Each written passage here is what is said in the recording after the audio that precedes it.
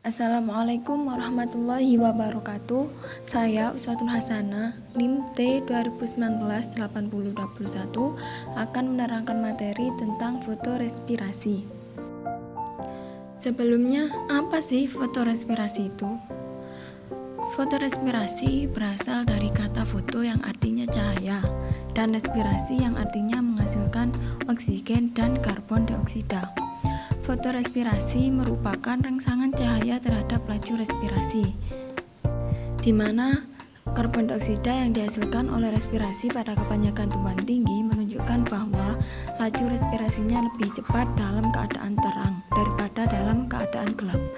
Fotorespirasi dapat berlangsung bersama-sama dengan respirasi biasa, seperti proses glikolisis, daur siklus Krebs, dan rantai respirasi.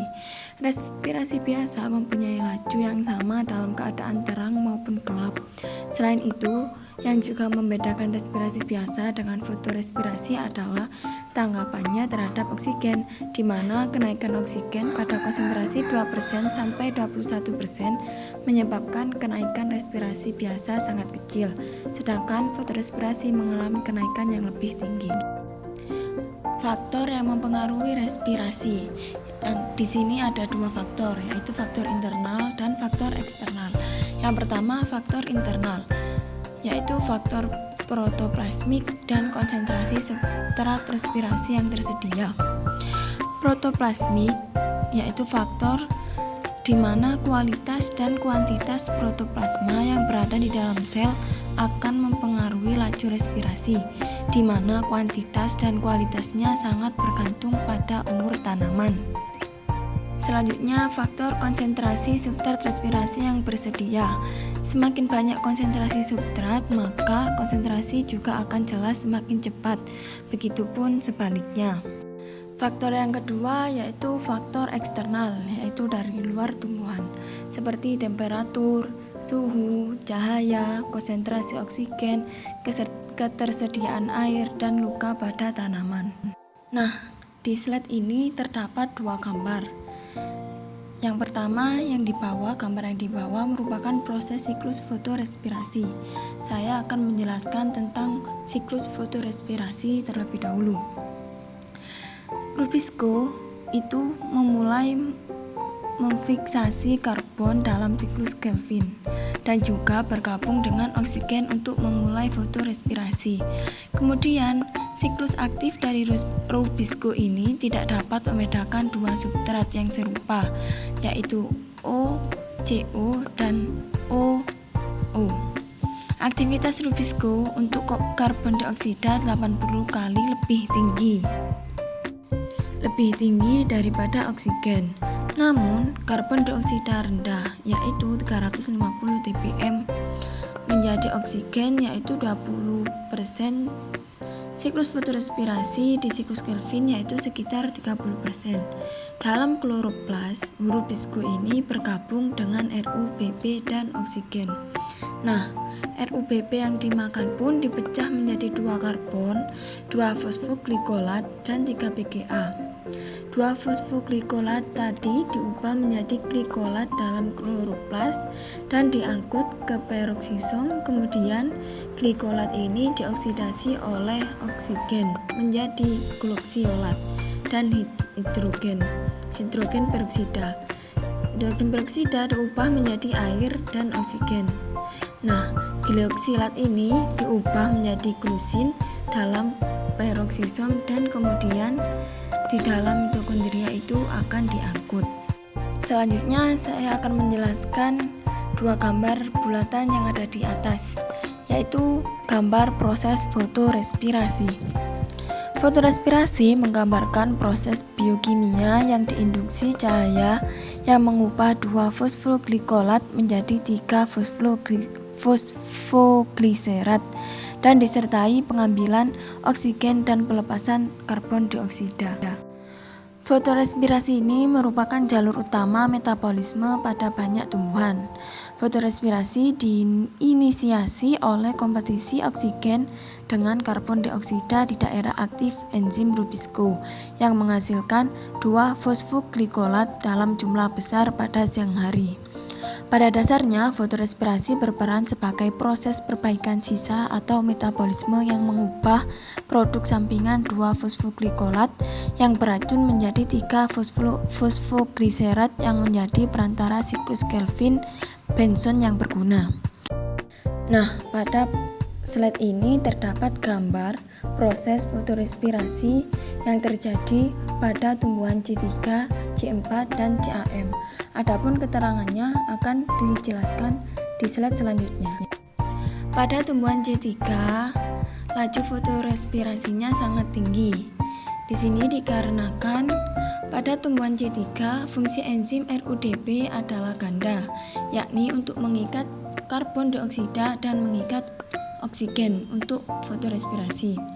Adapun pemanfaatan karbon dioksida di sini hanya sebesar 50%. Selanjutnya pada tumbuhan C4, reaksi fotorespirasi pada tumbuhan C4 sangat rendah. Terjadi karena pada tumbuhan C4 memiliki enzim pengikat karbon dioksida, sehingga tidak terjadi kompetisi antara karbon dioksida dan oksigen. PEP akan langsung membawa karbon dioksida ke RUBP sehingga menekan terikatnya oksigen pada RUBP. Rendahnya fotorespirasi pada tanaman C4 menyebabkan tanaman C4 lebih produktif dibandingkan tanaman C3. Selanjutnya, tumbuhan CAM.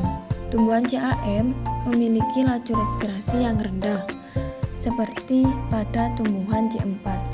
Adapun perbedaannya yaitu bahwa dalam tumbuhan C4, langkah-langkah awal fiksasi karbon terpisah secara struktural dan siklus Kelvin dari siklus Kelvin. Sedangkan dalam tumbuhan CAM, kedua langkah terjadi pada saat yang berbeda, namun di dalam sel yang sama. Kemungkinan besar pengikatan pada tumbuhan CAM terjadi pada malam hari. Selanjutnya, hubungan fotorespirasi dengan fotosintesis.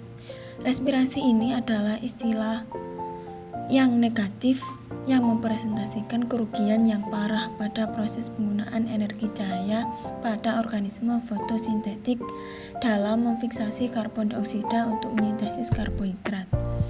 Fotorespirasi menyebabkan hilangnya hingga setengah dari karbon yang telah difiksasi dengan mengorbankan energi cahaya. Fotorespirasi seolah memporak-porandakan pekerjaan fotosintesis.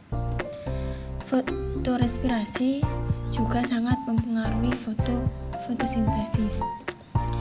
Fotorespirasi dan fotosintesis bersaing dalam mengikat karbon dioksida. Fotorespirasi juga mengganggu kerja dari fotosintesis. Fotorespirasi juga menghabiskan oksigen yang dihasilkan oleh fotosintesis. Begitulah hubungan fotorespirasi dengan fotosintesis. Yang terakhir, peran fotorespirasi. Di sini terdapat dampak positif dan dampak negatif. Yang pertama, dampak positif, yaitu menjaga tumbuhan dari kerusakan akibat terlalu banyak mendapatkan cahaya. Tumbuhan yang tidak dapat berfotorespirasi akan lebih mudah rusak ketika terkena radiasi matahari yang berlebihan dibandingkan dengan tumbuhan normal. Fotorespirasi dapat meningkatkan kemampuan tumbuhan dalam melindungi tubuhnya dari kerusakan yang ditimbulkan oleh cahaya yang berlebihan. Selanjutnya, tumbuhan dapat menyediakan oksigen dan NH3 bebas untuk diasimilasi ulang sehingga dianggap sebagai mekanisme daur ulang atau efisiensi. Kemudian dapat menghasilkan energi alternatif bagi pertumbuhan tanaman. Yang kedua, dampak negatif. Hingga saat ini, fotorespirasi bersaing dengan simulasi karbon dioksida sehingga membuat fotosintesis kurang efisien. Hal ini dikarenakan sebanyak 30-50% dari total karbon yang digunakan pada fotosintesis hilang oleh respirasi pada tumbuhan normal. Proses fotorespirasi distimulasi oleh cahaya dan temperatur yang meningkat dan cukup tinggi. Dengan demikian, maka secara tidak langsung, proses fotorespirasi tidak menguntungkan untuk tanaman yang tumbuh di tempat yang beriklim panas. Sekian penjelasan dari saya, kurang lebihnya saya mohon maaf yang sebesar-besarnya. Wassalamualaikum warahmatullahi wabarakatuh.